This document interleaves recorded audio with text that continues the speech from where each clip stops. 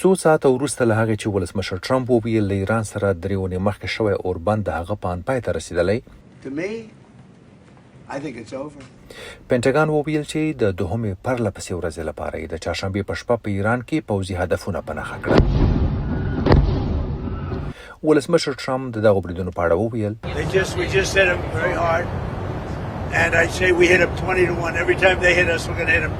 موږ هم دا اوس پر هغوی ډېر سخت برید وکړ او زه وایم چې موږ هغوی ته د یو برید پر وړاندې د 20 چنده بریدونو ضربه ورکړه. هر ځل چې هغوی پر موږ برید وکړي موږ به په ځواب کې پر هغوی 20 چنده سخت برید وکړو. کله چې هغوی برید کوي موږ به لا ډېر سخت غبرګون وښیو. نیویارک ټایمز ورځپاڼې د جولای په 8 نیټه لیکلي د ایران دولتي رسنیو راپور ورکړ چې د هېواد د سویل ختیځ ساحل په اوږدو کې لږ تر لږه په 3 بندري ښارونو کې د چاودنو غږونه اورېدل شوي دي.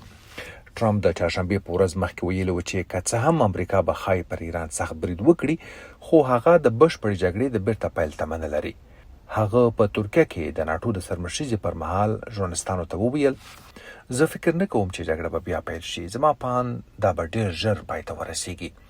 خو وروسته د ورځې هغه په ټولنیزو رسنیو کې ولیکل چې که ایران بیا پر بیړیو برید وکړي وضعیت به ډېر خراب شي.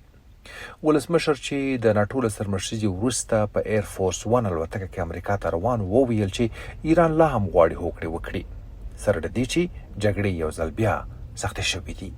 They called a little while ago. They want to make a deal so badly.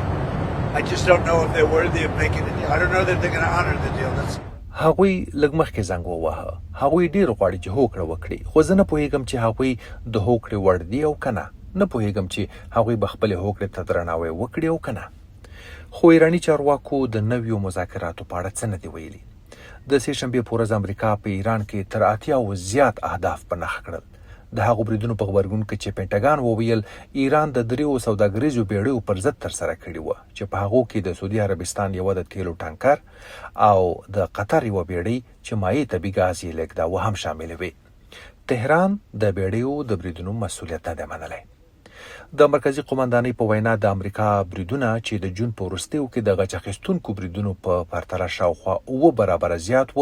د ایران هوایي دفاعي سیستمونه، د قوماندې او کنټرول شبکې، ساحلي رادارونه، د بیړیو ضد توغندي ظرفیتونه او د اسلامي انقلاب ساتونکو ځواکونو تر 80 زیاتې وړې کښتۍ په نښه کړې. د سې شنبې بریدونه څو ساعته وروسته له هغې ترسره شول چې د ټرمپ ادارې هغه معافیت لغوه کړ چې د ایران د نفتو نړیوال پلور ته یې اجازه ورکوله. د امریکا له بریدونو او د نفتو پر پلور د بندیزونو له بیا لګېدو وروسته ایراني چارواکو په پرله پسې اعلامیو کې وویل چې امریکا د جون د 13 هغه هوکړه ماته کړې چې هدف یې د جګړې پای ته رسول و.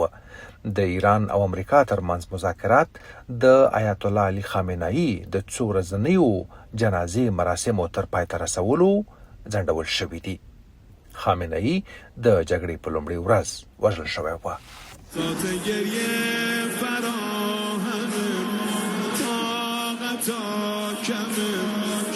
ساعته گریه فراهمه ابر بهاری